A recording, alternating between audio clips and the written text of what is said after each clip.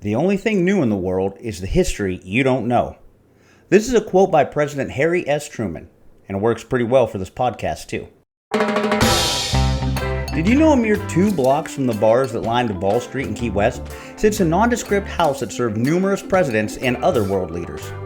Facilitating working vacations for our nation's leaders, this tropical paradise is a far cry from the marble and granite edifices of Washington, D.C. Curious and sometimes obscure pieces of history make some of the best stories. We're Vince and Angela. We travel mostly full-time and love history. We run into a lot of these stories and share them weekly in short form here on Historic Footnotes. The house was built in 1890 to house the Navy Commandant and Paymaster of the Key West Naval Station. Originally built as 2 beachfront residences, it was converted into a single house for the Commandant in 1911. In the front of the house, additional land was added through deposits from dredging, expanding the footprint. Later, the waterfront view would be blocked by the construction of another building. So much for beachfront living. The house is built in a British West Indies style of architecture that was first developed in the tropical paradises of the Caribbean. The formal Georgian architecture of Britain was adapted to the tropical climate and laid-back lifestyle. Some common characteristics are clean lines, high ceilings, large balconies, and expansive covered lanais. The living spaces are defined by decorative columns and traditional railings. The style creates a seamless transition between indoor and outdoor living spaces. The high ceilings, tall windows, shady verandas, and balconies with open doors kept houses cooler long before the days of electricity. President Truman's many visits gave it the name it's most associated with, but many other noteworthy guests stayed here beforehand, and it served several different purposes before he arrived too, like serving as the command headquarters during the Spanish-American War, or as the headquarters of the East Coast Anti-Submarine Warfare School during the Cold War. As for important and distinguished guests, there was President Taft in 1912. He stayed here while on his way to inspect the progress on the Panama Canal. The scientist Edward Hayden lived here for 3 years while conducting hurricane research from 1912 to 1915. Thomas Edison spent 6 months here while developing new weapons for the War Department, or as we know it's today, the Department of Defense. Some of what he worked on here were ways to detect submarines by sound and magnetic fields. President Coolidge stayed in Key West while en route to Cuba for the Pan American Conference. And while I can't find anything definitive as to whether he stayed at the home, I did find an interesting story. A story that illustrates Key West's whole identity, its defiance of authority that makes it such a fun place to visit. Shortly after arriving, the president and his entourage soon realized that alcohol flowed freely in this Florida city. Although prohibition was still the law of the land, they must have missed that message this far south. After a secretary announced the president went to bed, the real party began. Beverly Smith Jr. was traveling with the president as a reporter, and she said, with these words, the dignity of the tour began to crack. It was as though the mice had been informed that the cat was away. The party lasted all night, with some stumbling home in the early hours of the morning. The next day, one reporter was so drunk, he fell in the ocean while boarding the ship to Cuba. On to President Truman, the man who would forever be linked in name to the House. By 1946, President Truman had served 19 months in office, leaving him physically exhausted. His doctor, Wallace Graham, ordered a warm vacation. So in November of that year, Truman made the first of his 11 visits to what is now referred to as Truman's Little White House. When he left, he promised to return whenever he needed the rest. He must have needed it sooner than expected. His second visit came in March of 1947. But in fairness, if you had the privilege to go to Key West when you needed rest, wouldn't you go every few months too? So he begins his pattern of vacationing here every November and December and February and March. In all, Truman spent 175 days of his presidency at the House.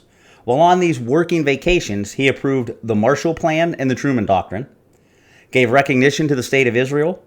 He also issued an executive order requiring federal contractors to hire minorities, and orchestrated a 2-week ceasefire agreement for Korea. What Truman realized was that wherever the president was, so was the White House.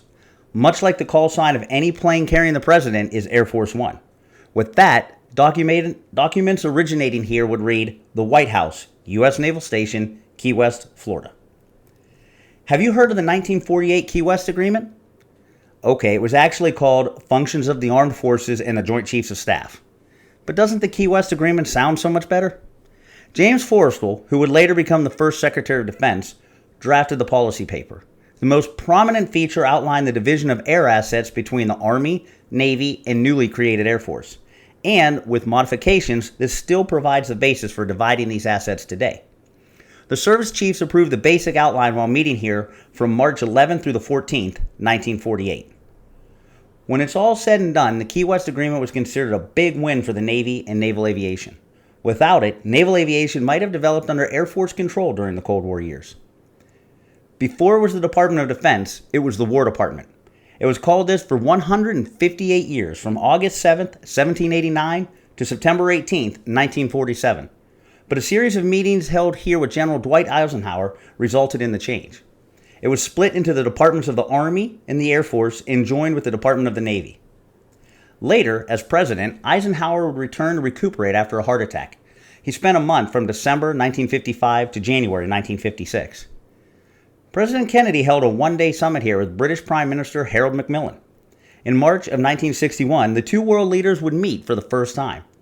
They discussed the serious dispute between our two nations over how to handle the civil war in Laos. Going against Britain's long-standing foreign policy and the advice of his chiefs of staff, Prime Minister Macmillan agreed to conduct joint planning with the U.S. on possible military intervention.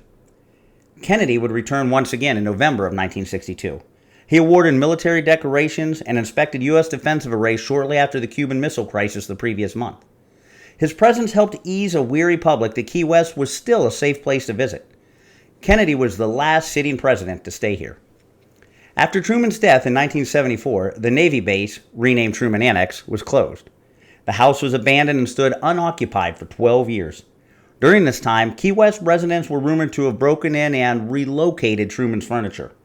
In 1986, real estate developer Pritam Singh purchased the annex at auction. He put an ad in the local paper with a strange request, that all those that borrowed furniture from the little White House return the items. He also thanked the residents for looking after the antiques for so long. Much of the original belongings were returned. See, you can get a lot by asking politely. Shortly thereafter, Singh transferred ownership to the state of Florida for its use as a museum, the only presidential museum in the state. He also privately funded the restoration of the building. Today, the house receives approximately 78,000 visitors annually. Truman enjoyed this warm weather retreat so much, he once wrote to his wife, "I have a notion to move the capital to Key West and just stay.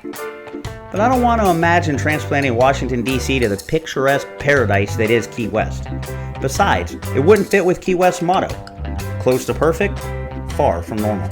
If you enjoyed this story, please subscribe on your favorite podcast platform and give us a rating to help more people find historic footnotes.